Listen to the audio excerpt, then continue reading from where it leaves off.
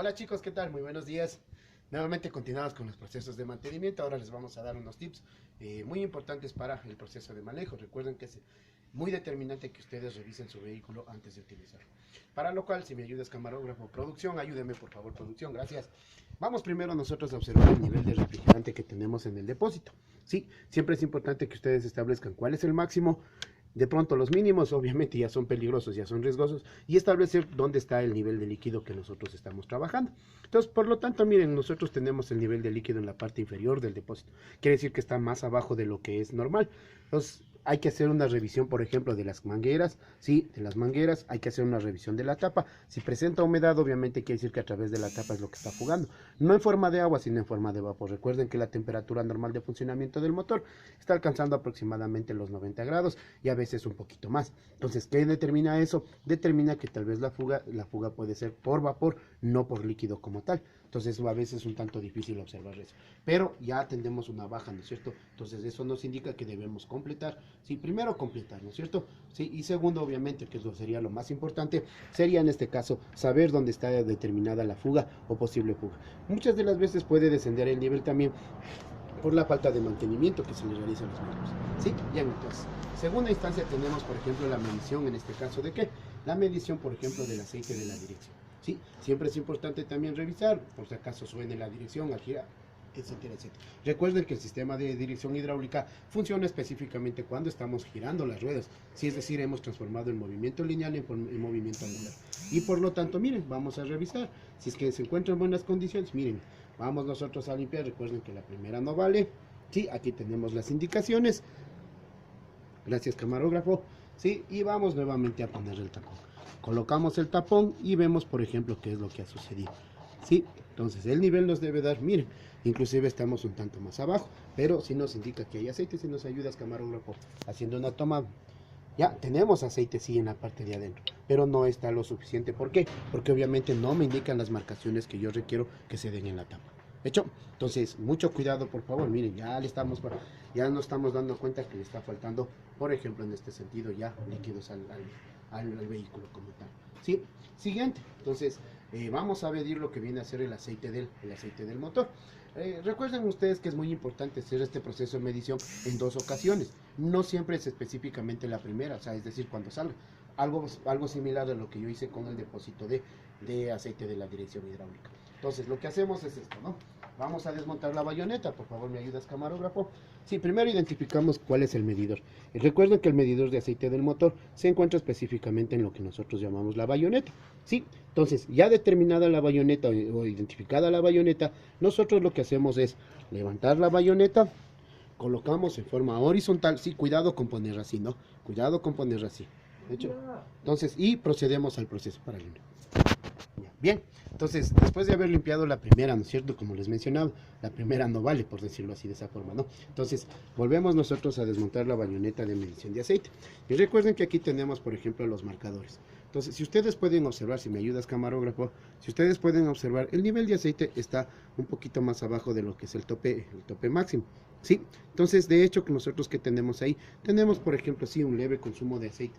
Ahora, recuerden ustedes que, por ejemplo, miren, conversando con el cliente, me decía que hemos pasado ya los 5.000 kilómetros. Entonces, por lo tanto, siempre tiende a disminuir un tanto lo que es el nivel de aceite. No es excesivo el consumo y obviamente está dentro de lo tolerable. Entonces, es importantísimo que ustedes revisen. ¿Por qué? Porque obviamente el motor se garantiza su funcionamiento o parte de su funcionamiento con una buena lubricación.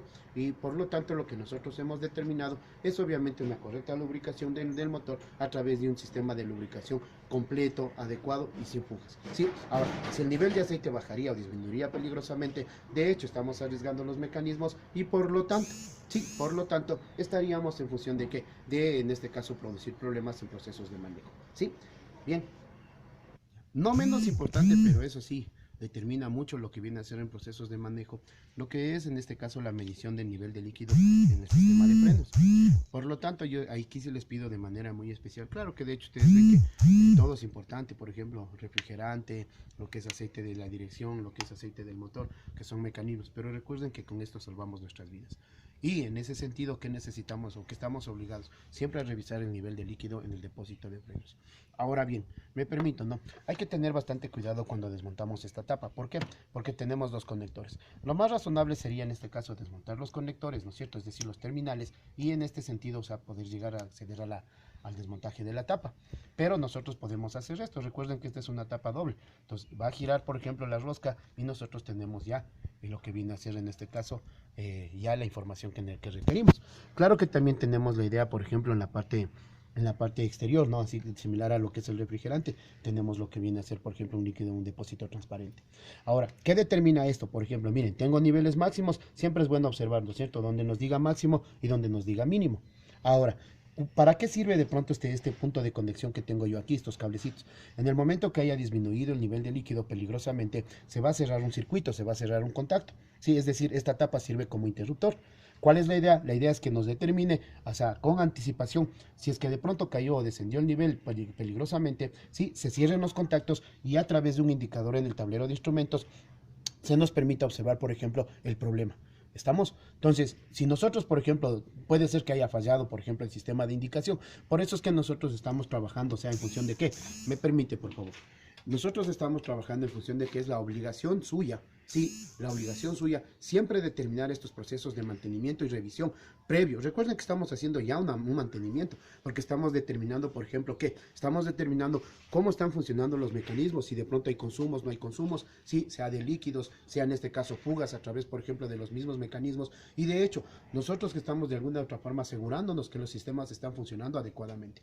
Por lo tanto, miren, si es que yo reviso el nivel, o sea, si yo reviso los niveles periódicamente, de hecho eso me garantiza primero, el salvaguardar mi vida y la vida de los ocupantes. Segundo, el establecer parámetros de mantenimiento adecuados. Por ejemplo, saber que están funcionando bien mis mecanismos, saber que no tengo problemas de funcionamiento, que no hay consumos excesivos, por ejemplo, de líquidos o en fin, ¿no? De algunos, por ejemplo, componentes que son importantes dentro de lo que es el funcionamiento de los mecanismos. Entonces, miren, o sea, por eso les decía, no es menos importante, pero eso sí, es uno que determina, por ejemplo, ¿qué? La vida de todos los ocupantes. Entonces, saber que no hay fugas peligrosas, saber que el nivel de líquido está adecuadamente, saber que obviamente están trabajando bien el proceso de funcionamiento de estos componentes, eso nos garantiza que vamos a tener un manejo más seguro, sí, más confortable y más viable dentro de lo que es este proceso. ¿Sí? Entonces, vamos a adicionar de pronto otros tips dentro de lo que viene a ser el proceso de revisión. ¿Qué tal?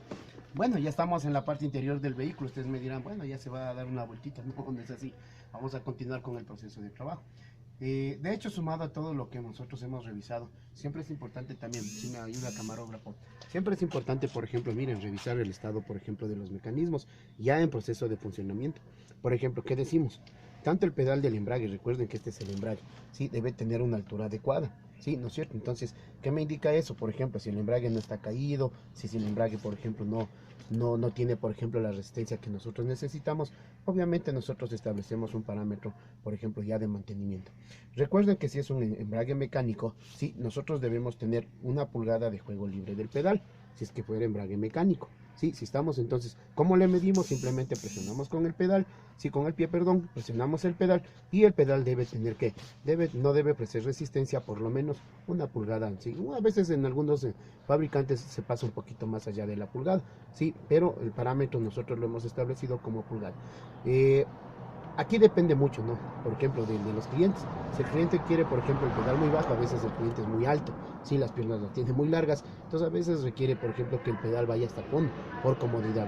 Pero siempre expliquemos, ¿no es cierto?, todo lo que podría pasar en el caso de que obviamente el pedal o esté muy alto o esté muy bajo y no se haya cumplido con la pulgada. 2. Tenemos lo que viene a ser el pedal del freno. Claro, de hecho, aquí ustedes van a tomar una consideración. Siempre es importante que el pedal esté abajo, esté arriba, casi a la altura, por ejemplo, del pedal del embrague. Está un poquito abajo aquí, como ustedes pueden observar. 2. Es importante que ustedes determinen, por ejemplo, cómo funciona o si está funcionando el servomotor o el servofreno. ¿Qué es el servofreno? El servofreno es una cápsula que va a ayudar al proceso de frenado. Es decir, va a hacer que el pedal sea más suave, sí, mejor llevadero y obviamente el pedal, por ejemplo, reaccione en el momento que nosotros necesitamos hacer. Esto trabaja a través del vacío del motor que genera el motor. Es decir, entonces, ¿cómo comprobamos que está funcionando el servo? Nosotros colocamos la llave, encendemos el motor y solamente lo que hacemos es presionar ligeramente el pedal de freno. Cuando empieza a encender el motor o se prende el motor, van ustedes a sentir que el pedal solito se va para abajo.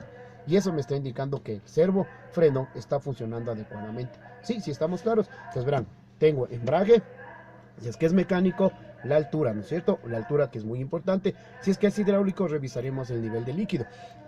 En algunos vehículos se comparte del depósito de frenos, se comparte para lo que viene a ser también lo que es la parte del embrague. Hecho, en nuestro caso tenemos lo que es ya el freno. Entonces arrancamos primero el motor, sí, y vamos a sentir que el pedal se va un tanto para abajo, indicándome que el servo está funcionando. Sí, y por último, bueno, el acelerador, que generalmente no está a nivel de los dos primeros pedales. Vamos al freno de mano, véngase para acá, por favor. Eso, gracias. Entonces, miren, aquí tenemos lo que viene a ser el freno de mano. Sí, entonces nosotros lo que hacemos es esto.